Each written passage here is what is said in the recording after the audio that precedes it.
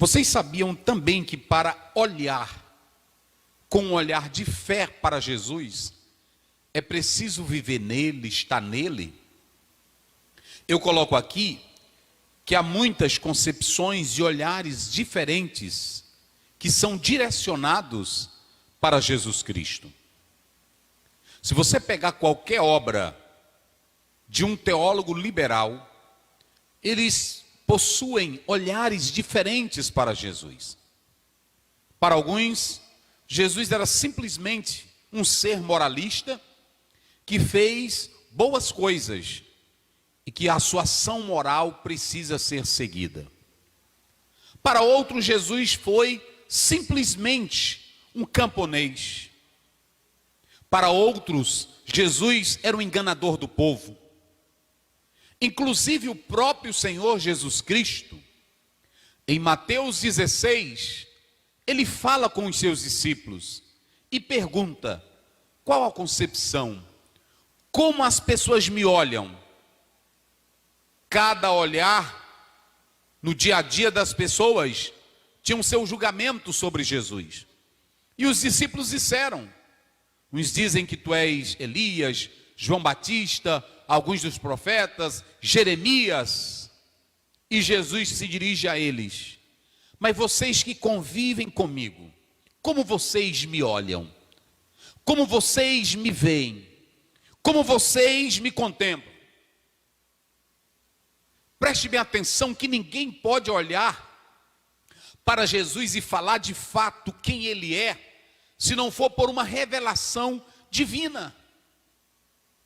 Essa é uma questão do campo da fé. Essa é uma questão que você não vai olhar para Jesus perfeitamente pela ótica humana. É preciso um olhar da fé.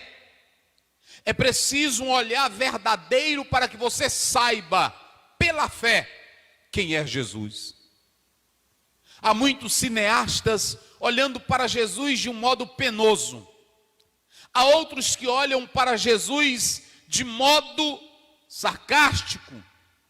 Há outros que olham para Jesus como nada. Qual o teu olhar para Jesus? Ele é alguém dessa Páscoa comercial, material, financeira? Qual é o teu olhar para Jesus?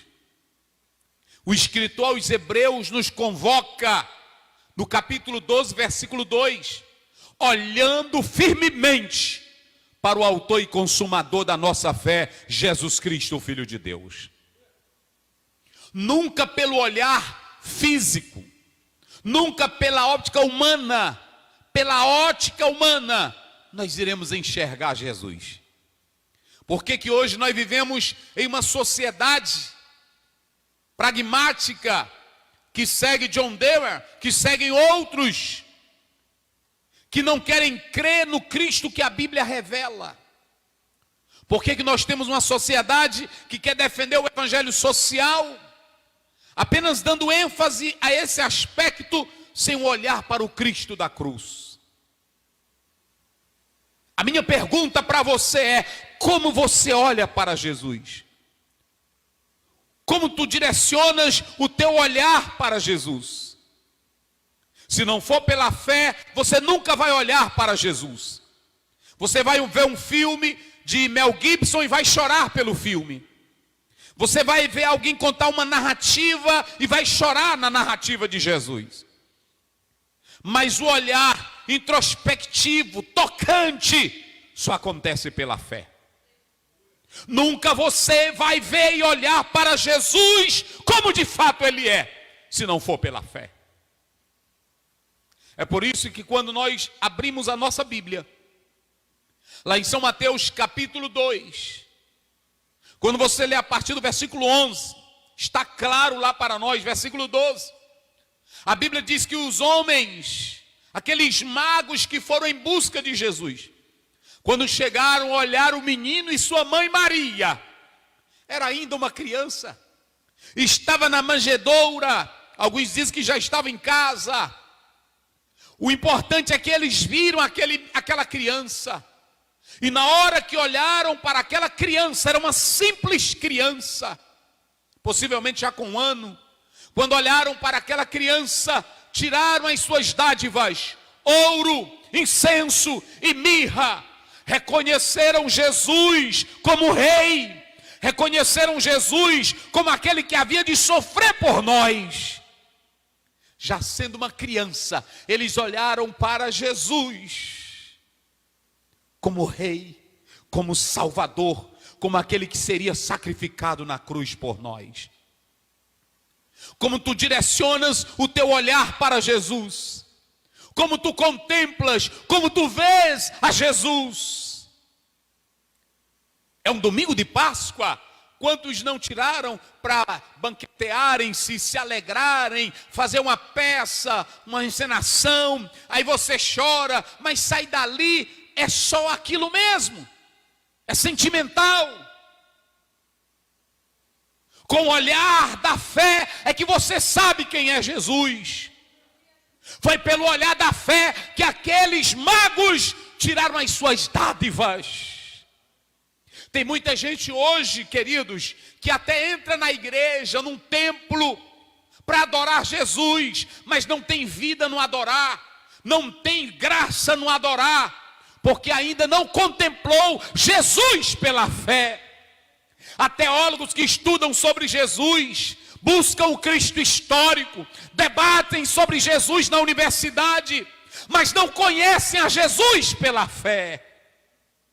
Quem conhece a Jesus pela fé, quem sabe o que Ele é pela fé e quem Ele é pela fé, o adora em espírito e em verdade.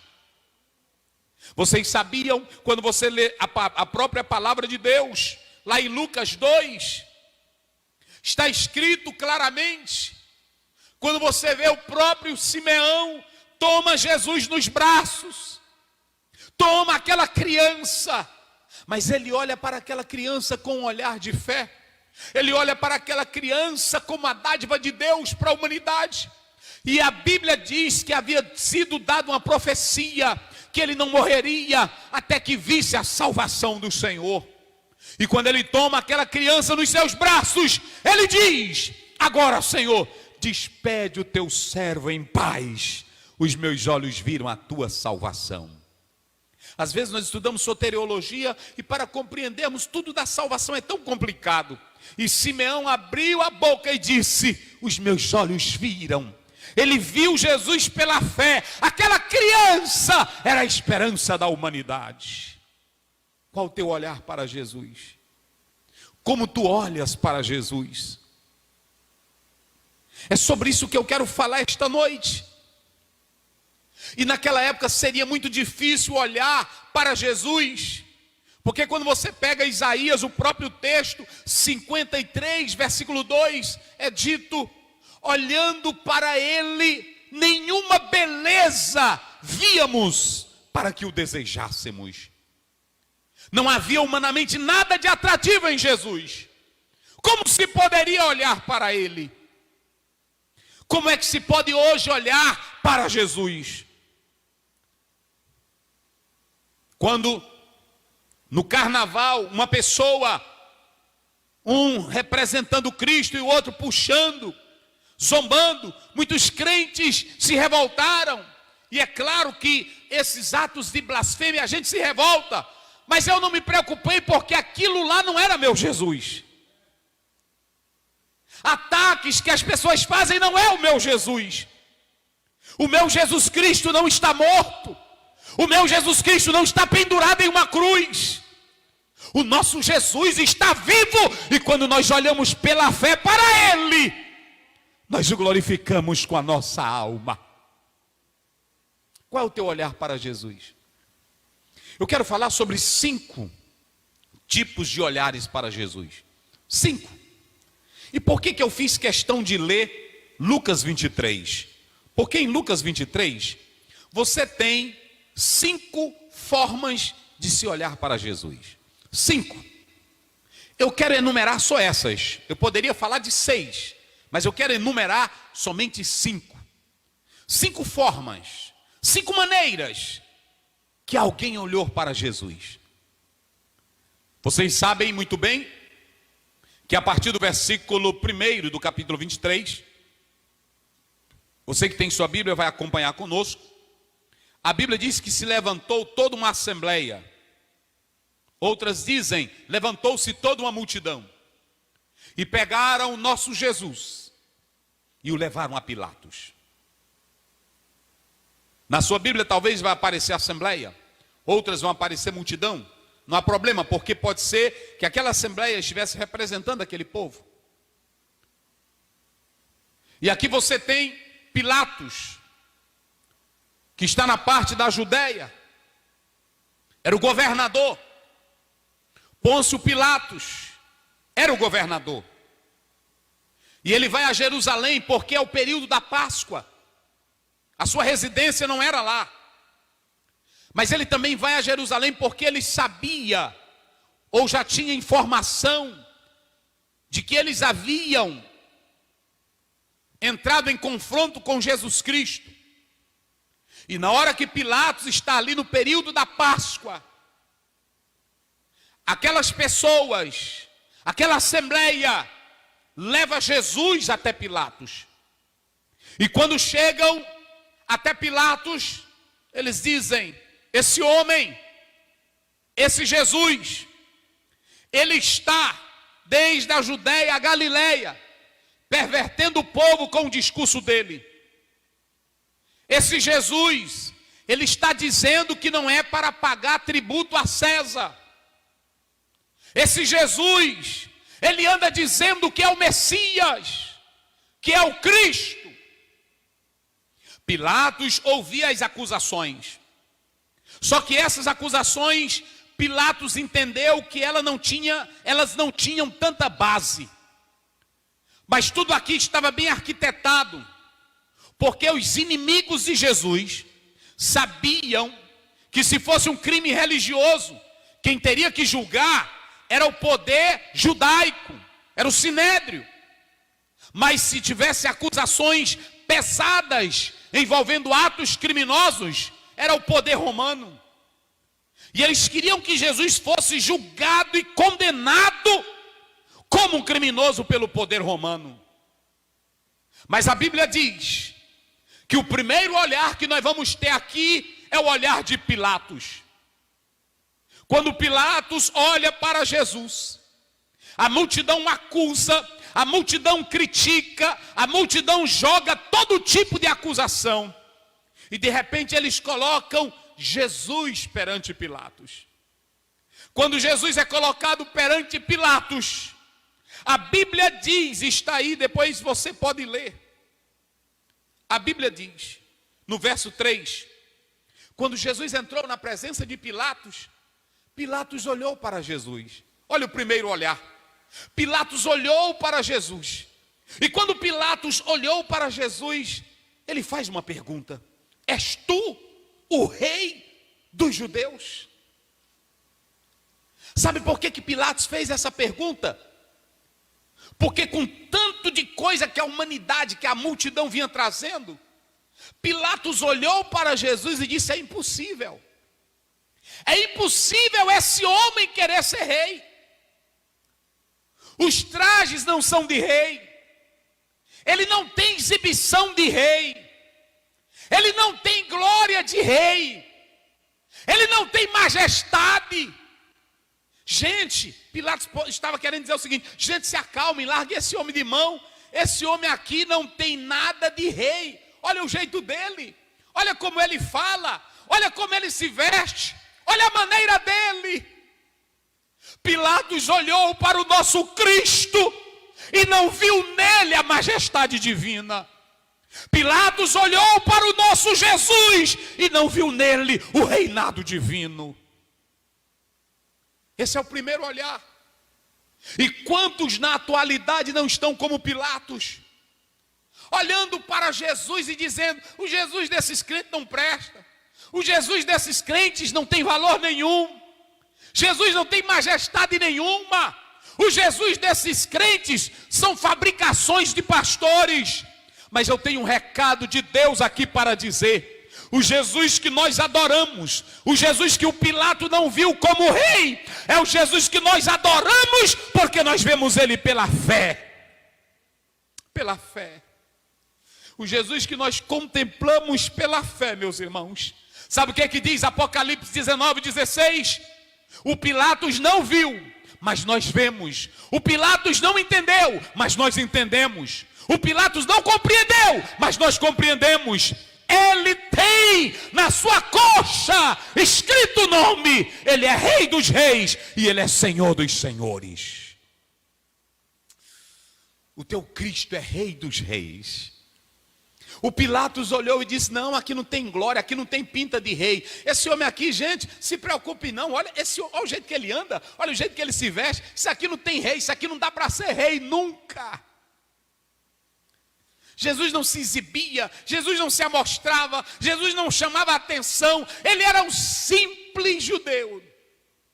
Mas por trás da simplicidade, ali estava o Filho de Deus, o Rei dos Reis e Senhor dos Senhores. Como você está olhando para Jesus? Está olhando para Jesus como Pilatos? Dizendo que ele não é rei, dizendo que ele não é nada? É tão tal que o pessoal colocou e ele disse: não, vamos soltar esse homem aqui não tem nada. Mas a multidão persistia, insistia. E de repente falaram que Herodes também estava lá, porque ele era um judeu apenas nominal. Ele estava lá também para a Páscoa. Estava para a Páscoa, que era uma tradição judaica. E lá nessa Páscoa, eles estavam um pouco meio brigados, ciumentos, porque parece que o Pilatos não reconhecia Herodes como o governador da Galileia. E aí tinha um conflito entre os dois. E nesse dia, por causa de Jesus, o Pilatos remete Jesus para Herodes. Quando Herodes recebe, a Bíblia diz que Herodes ficou super feliz. Oh, meus irmãos, Herodes ficou alegre demais.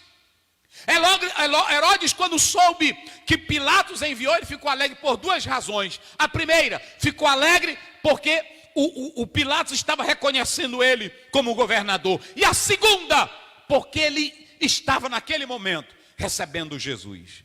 Está aí no versículo 11. Isso é lindo, meus irmãos. A Bíblia diz aí claramente no versículo 11. Mas Herodes juntamente com os da guarda, não é o versículo 11, é versículo 8. Herodes, vendo a Jesus, sobremaneira se alegrou. Queridos, o interessante aqui é que o Herodes, ele se alegra. Porque vocês sabem que o Herodes, ele tinha uma curiosidade.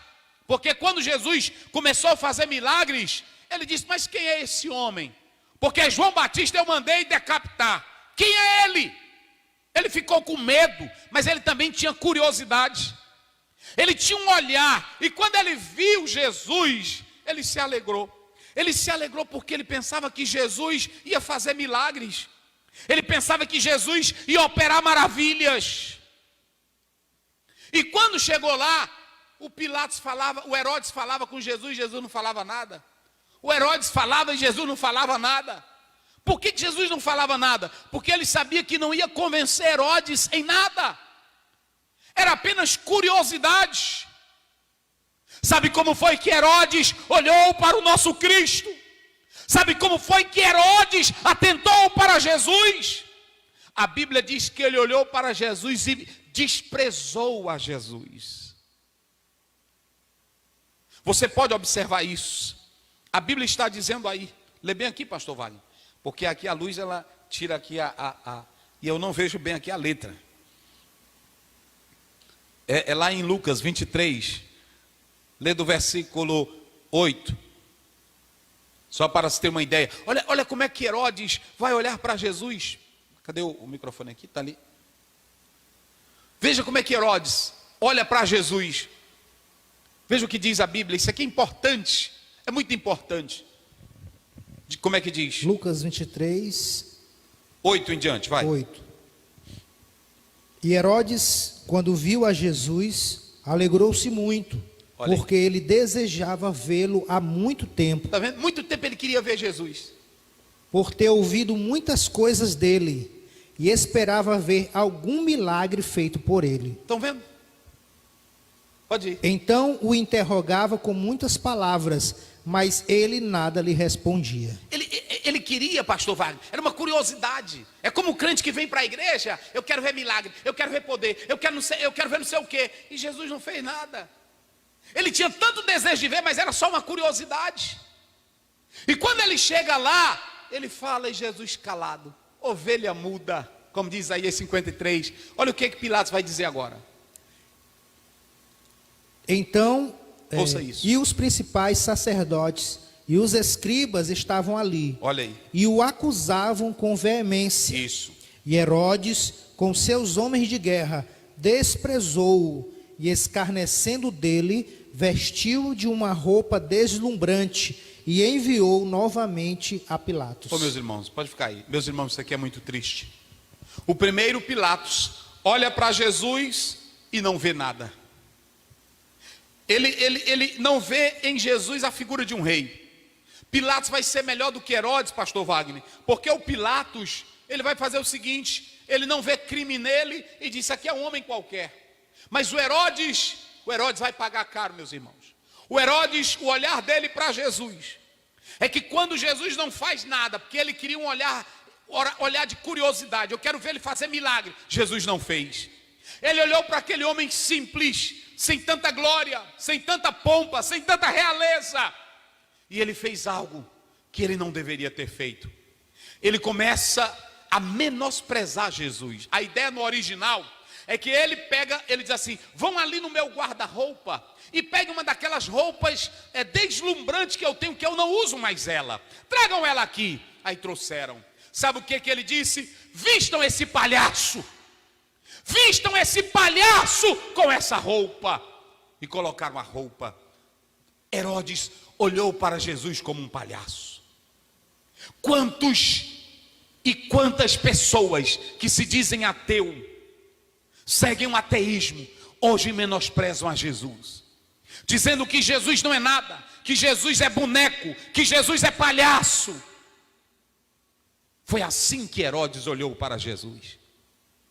É assim que muitos estão olhando para Jesus. Hoje eu fico pensando que parece que tem crente que não lê Bíblia, parece que tem pessoas que não leem Bíblia. Ah, fulano de tal disse isso com Jesus, fulano de tal falou isso, e naquele dia Jesus estava só. Ninguém estava com ele. O processo estava sendo montado à noite. O nosso Cristo sozinho. Herodes olha para Jesus e diz: esse aqui é um palhaço, mas vamos fazer ele mais de palhaço. E colocam aquelas vestes, uma roupa velha que o Herodes não usava mais, coloca em Jesus. E a Bíblia diz que ele menosprezou a Jesus. Ele caçoava de Jesus. Ele zombava de Jesus. Eu quero dar um recado aqui para cada crente, para cada irmão. Não se preocupe quem zomba de Jesus, quem fala mal de Jesus. Não vai discutir com quem fala mal de Jesus. Pregue o evangelho. Porque o Herodes, um dia, Herodes vai se levantar na condenação. Na condenação. E aquilo que está lá em Filipenses capítulo 2, 10, 11. Toda língua há de confessar que Ele é Senhor para a glória de Deus Pai. Naquele dia, Herodes vai ressuscitar para a condenação eterna. Mas ele vai olhar para Jesus e vai dizer: tu és o rei, aquele que eu neguei, aquele que eu menosprezei, tu és o verdadeiro rei. Então preste bem atenção. Obrigado, pastor Wagner. Então preste bem atenção. O primeiro Pilatos olha para Jesus e diz: esse aqui não tem pompa de rei, esse aqui não é rei. O segundo olha para Jesus com um olhar curioso e menospreza a Jesus. O terceiro olhar que eu quero falar aqui na Bíblia é o olhar da multidão. Nós temos dois olhares negativos aqui no texto. Nós temos dois olhares negativos que eu estou falando. O olhar de Pilatos, o olhar de Herodes. Mas quando Jesus vai caminhando, o processo contra ele foi montado às pressas. Ele não tinha amigos nem defensores naquela hora. E quando, meus irmãos, já o dia se prosseguia, a Bíblia diz no versículo 27, olha o que está aqui na palavra do Senhor, no verso 27, está escrito assim: seguia-o numerosa multidão do povo, e também as mulheres, batiam no peito e lamentavam. A multidão seguindo a Jesus, não acreditando no que estavam fazendo, com aquele que estendeu as mãos e curava, com aquele que havia ressuscitado mortos. A multidão não acreditava. Havia uma multidão que julgava, os invejosos, aqueles que foram pagos para se levantarem contra Cristo. Mas havia uma multidão que via o Cristo glorioso, que via o Jesus como Salvador da humanidade. E mesmo quando a multidão lamentava, chorando por Jesus, as mulheres chorando por Jesus, ele olhou para elas e falou: filhas, chorai por vós mesmos, pelos vossos filhos, porque vai acontecer a destruição de Jerusalém. E Jesus estava ainda na cruz, naquele momento de agonia, naquele momento em que a cruz era carregada. Jesus, ele vê aquela multidão que olha para ele como Senhor, como Salvador, mas Jesus Cristo tem compaixão dela.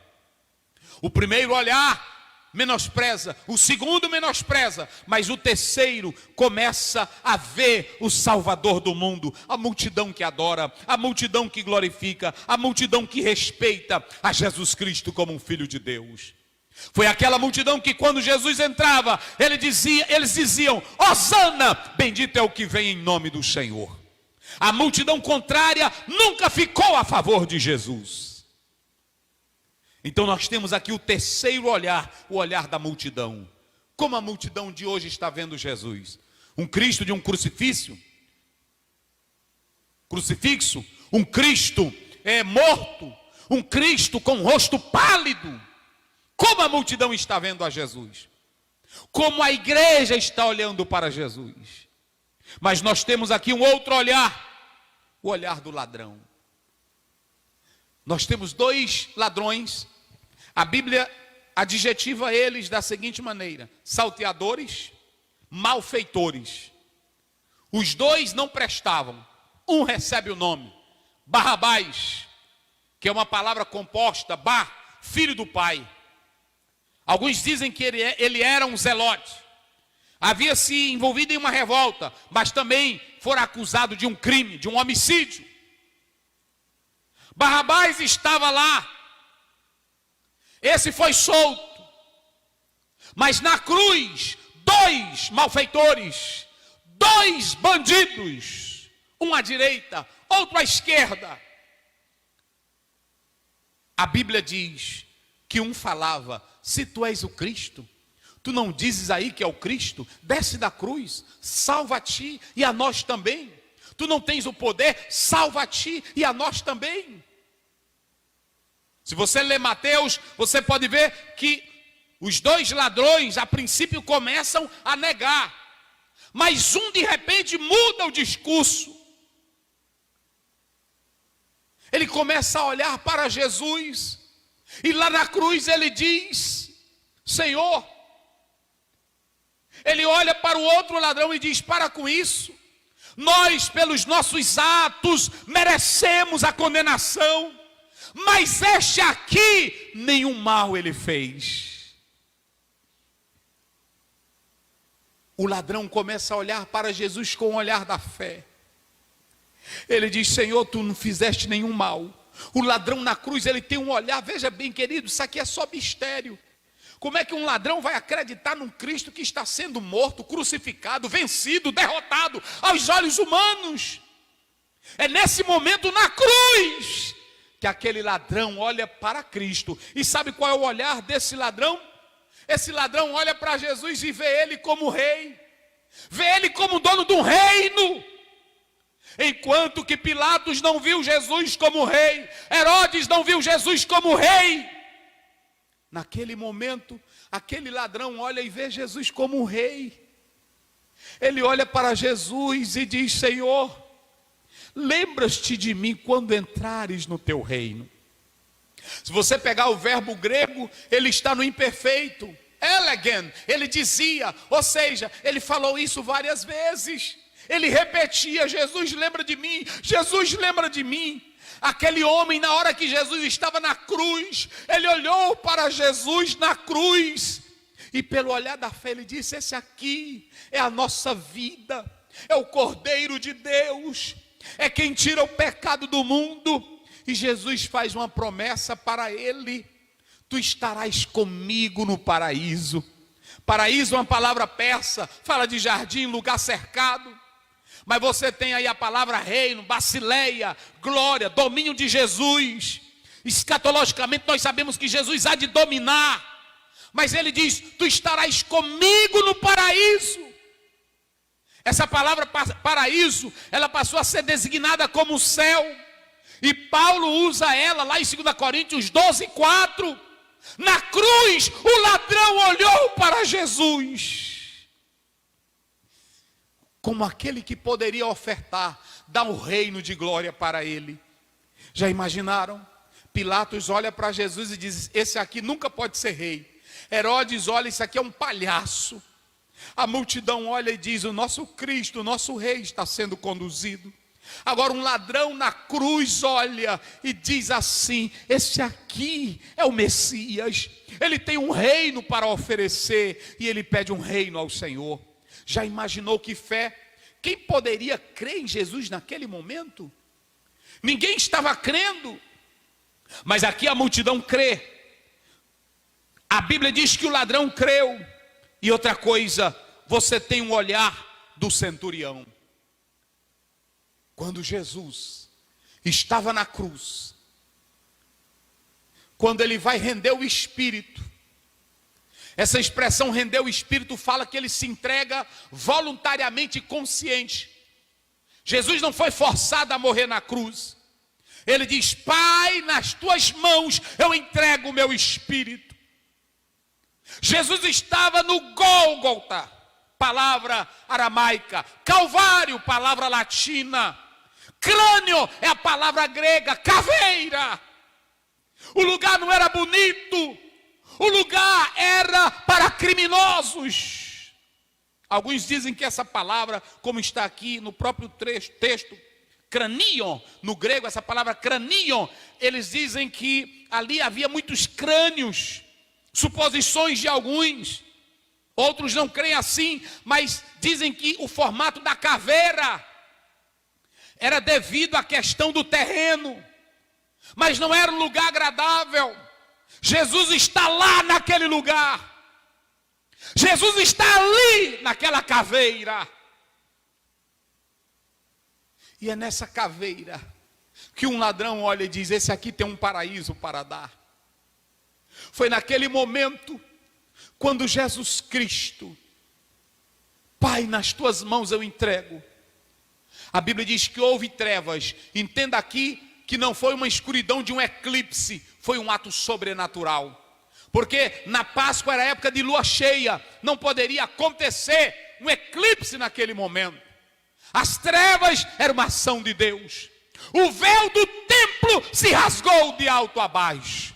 Nenhum ser humano conseguia rasgar o véu do templo de alto a baixo. Na morte de Jesus, o que separava o santo dos santos foi rasgado. E quando tudo aquilo ali começou a acontecer, o centurião vendo tudo aquilo, aquele centurião era acostumado a ver aquelas cenas. Ele era acostumado a ver pessoas morrerem ali na caveira. Mas naquele momento que ele viu, ele olhou para o Cristo que agora estava morto. Ele olhou para o Cristo e disse: verdadeiramente, esse era justo, esse era o Filho de Deus. Qual é o teu olhar para Jesus? Nós temos aqui 5 olhares. Como tu estás olhando para Jesus? De que maneira é o teu olhar para Jesus? Como tu estás olhando para Ele? Tu contemplas Jesus como rei? Ou tu contemplas Ele como um palhaço? Tu estás com a multidão que acreditava em Jesus como um enviado de Deus? Ou tu estás como outro ladrão que não acreditava em Jesus? Tu estás como o ladrão que olhou para Jesus e lá na cruz ele pôde ver um rei que poderia dar um reino? Para mim tem 2 tipos de olhares aqui que eu vejo que a salvação é totalmente pela fé. Porque acreditar em Jesus na hora que ele está morrendo, o Herodes não acreditou porque queria que Jesus fizesse milagre. Jesus não fez, mas o ladrão e o centurião acreditam e olham para Jesus. No momento em que Jesus morre, eles olham que Jesus tem poder para dar um reino, e eles olham que Jesus é o justo. Quando Pedro está pregando, quando você abre a sua Bíblia lá em Atos 3,14, ele diz: vocês mataram o justo, mas Jesus ressuscitou. Como tu estás olhando para Jesus? Vamos lá, os músicos.